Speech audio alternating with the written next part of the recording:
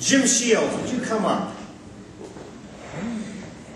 I think I mentioned to you last week that we're going to do something called the hot seat.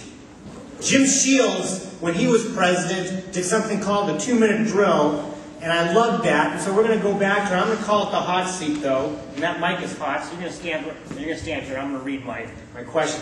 What I'd like to do is bring up an old, a mature, veteran Rotarian to introduce himself to the group. We get lots of new member talks, but we don't get the old member talks.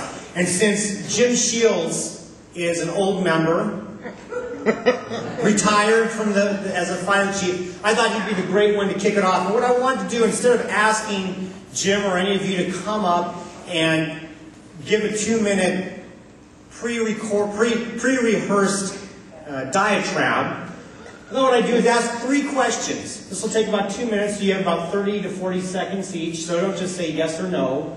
I have about 3 questions to ask, and then we'll learn a little bit more about you. So question number 1, Jim. You recently retired as fire chief after several decades of service. How many years were you in the fire department, and what was your biggest accomplishment or most cherished accomplishment while you were there?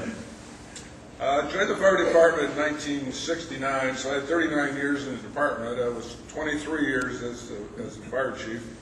Actually, that was my first paid position with the department. There was no sense in, starting at the bottom and working up. So started right at the top. The first thing we did after I was appointed chief was we put a committee together to build a new fire station to get the fire department out of downtown. So we built the headquarters station. We moved into there in 1980.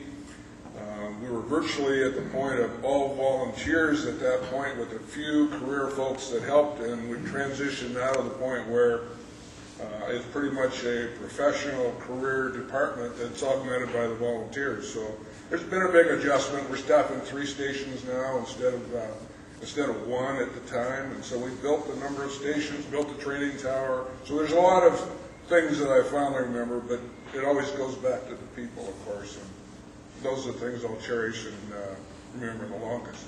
Right.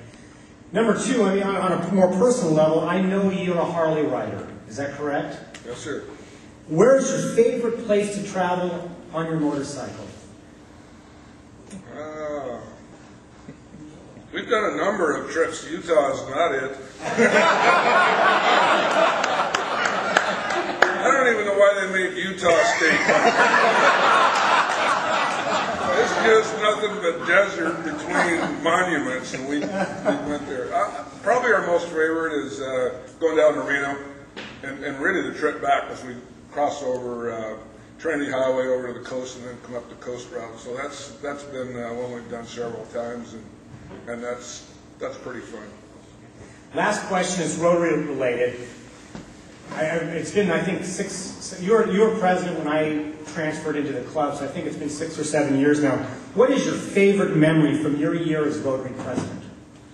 Well, actually, the 2-minute drill was a lot of fun because, and I was really surprised at how much pressure it put on people. I had some folks that absolutely refused to stand up here for 2 minutes, and all I'd ask them to do is, you can talk about anything. It doesn't make any difference.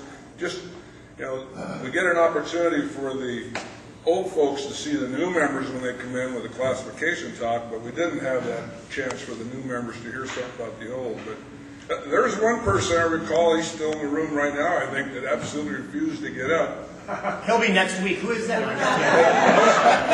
Most folks would say, I can't talk for 2 minutes, and if you recall, you were in the club then, we'd have to kind of move over like this because they were 5, 6, 7 and just getting started. So, yeah, that was a lot of fun. Good. Well, that wasn't too painful, was it? Thank you. I have a question for you. Funny how this works this way. I was chatting with Jerry Dieter, and because you had ran pipe in Aaron this morning, we were wondering, and it's kind of a dilemma in our mind, is Aaron really a sailor in the Rotary Navy? I don't know. We'll have to talk about it.